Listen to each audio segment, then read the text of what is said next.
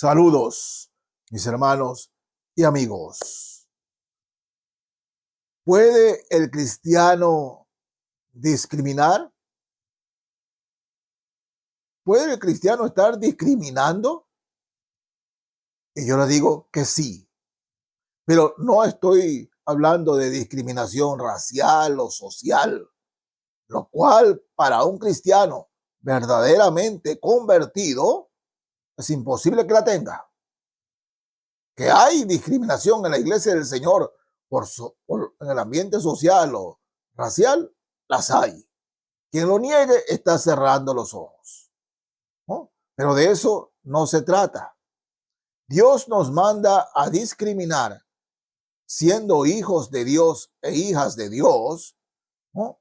Bajo asuntos puntuales. Asuntos puntuales. En la iglesia de Corinto, en la iglesia del Señor, era una iglesia que estaba compuesta por hermanos romanos, griegos, judíos y de otras nacionalidades. Eso era Corinto. Corinto era un puerto y por lo tanto era un puerto comercial donde giraba o andaba bastante dinero. Y sus miembros, los miembros de la iglesia en Corinto, venían de eso. Y algunos cristianos, lamentablemente habían o querían seguir con las prácticas de antes, las prácticas del mundo. Siempre ustedes me han escuchado que todo hijo o hija de Dios marca un antes y un después. Un antes de Cristo y otro después de Cristo. Bueno, aquí en los hermanos en Corinto, lamentablemente, habían unos que no marcaban un antes y después, sino que siempre fueron lo mismo. Se bautizaron y sus vidas nunca cambiaron. Entonces, entre otras cosas, Pablo les escribe a los hermanos y les dedica este párrafo. Primera carta a los Corintios, capítulo 5, leo desde el verso 9. Dice el Señor: os he escrito por carta que no os juntéis con los fornicarios. ¿No? Nos dice que esta es la primera carta a los Corintios. Pero esto es evidente que antes de la primera carta hubo otra. Pero esa otra no era inspirada. Esta sí. Pero Pablo les recuerda que les había escrito ya otra carta. Y les dice: os he escrito por carta que no os juntéis con los fornicarios. ¿Cómo? Sorpresa de los hermanos. Sigo leyendo. No absolutamente con los fornicarios de este mundo, o con los avaros, o con los ladrones, o con los idólatras, pues en tal caso os sería necesario salir del mundo. O sea, sí, imagínense ustedes, solo como un ejemplo, usted se sube a un taxi y el taxista es fornicario, es adúltero, ¿no? Y usted va caminando con él. No os juntéis, no os juntéis. Entonces, no, ¿cómo? Pues si todo el mundo practica eso. Sí, porque Pablo habla, dice, ¿no? Fornicarios, avaros, ladrones, idólatras. Dice, no, no os juntéis con ellos. Pero hace la salvedad el Espíritu Santo en el verso 11. Más bien os escribí que no os juntéis con ninguno que llamándose hermano, es decir, que se haga llamar cristiano, fuere fornicario o avaro o idólatra o maldiciente o borracho o ladrón. Con el tal ni aún comáis, ni aún comáis. Qué fuerte aquí el Señor. Vean, hermanos en la fe, hermanas en la fe. Si una persona, un verdadero creyente, cae en fornicación, si un verdadero creyente de repente le entra el pecado de la avaricia, avaro o idólatra, porque no está, la Biblia nos habla aquí del idólatra, aquel que se arrodilla ante un muñeco o ante un cuadro simplemente. Aquel que es idólatra puede ser idólatra con un equipo de fútbol. Aquel que es idólatra puede ser idólatra con un presidente de la república. Sí, con un político. Son idólatras. No le ven nada de malo. Todo lo de ese político es bueno y lo exaltan y lo defienden a capa y espada. Eso es idolatría. O dice, o maldiciente, aquel que anda maldiciendo de todo, hablando malas palabras. Dice, o borracho o ladrón. En Corinto habían personas bautizadas que nunca cambiaron sus vidas. Nunca.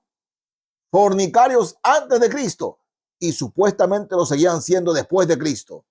Avaros antes de Cristo y seguían siendo avaros estando en Cristo.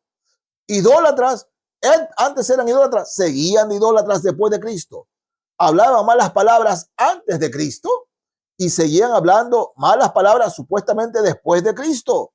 Eran borrachos antes de Cristo y siguen emborrachándose después de Cristo.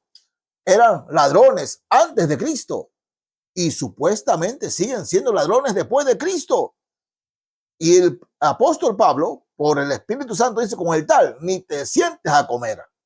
Es fuerte, es fuerte. Pero si llega una persona, hermano, que se bautiza, y esa persona, ¿no?, dice que se ha convertido a Cristo, pero siendo bautizada, sigue fornicando, sigue mintiendo, sigue robando, sigue siendo mal hablado, sin malas palabras, sigue haciendo eso. Dice el apóstol Pablo, ni siquiera te sientes a comer con ellos.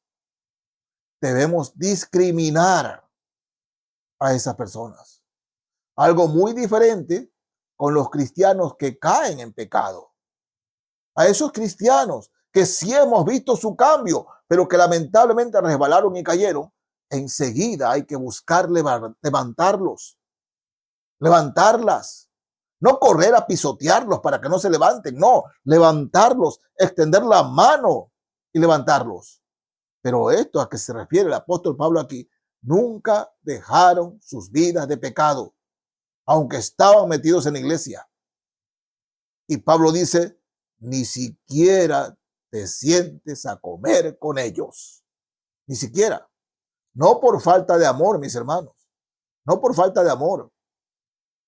Porque un cristiano que está todo el día compartiendo con una persona que dice malas palabras y chismes, tarde o temprano esas malas palabras se quedarán aquí y de repente él o ella empezarán también a decir malas palabras. Eso sucede. Por eso dice, ni te juntes con ellos, ni te juntes con ellos. En la segunda carta a los Tesalonicenses, fíjense hermanos, capítulo 3, el mismo apóstol Pablo habla de discriminar a quienes. Capítulo 3 de la segunda carta a los Tesalonicenses, leo desde el verso 11. Porque oímos que algunos de entre vosotros andan desordenadamente, no trabajando en nada, sino entremetiéndose en lo ajeno. A los tales mandamos y exhortamos por nuestro Señor Jesucristo, que trabajando sosegadamente coman su propio pan. Y vosotros, hermanos, no os canséis de hacer bien. Si alguno no obedece a lo que decimos por medio de esta carta, a este señaladlo y no os juntéis con él, para que se avergüence, mas no lo tengáis por enemigo, sino amonestadle como hermanos. Fíjense, Pablo está hablando aquí de personas en la iglesia del Señor, que andaban en chismes, ¿no? Iban a la casa del uno, a la casa de la otra y andaban comunicando chismes de los demás. Hoy en día tal vez no vayan a la casa de uno ni de la otra, porque tenemos a la mano el teléfono. Basta con eso. O llamamos o escribimos por el teléfono y dañamos la imagen de un hermano, de una hermana. Sí, no. No es que hoy en día es menos, no.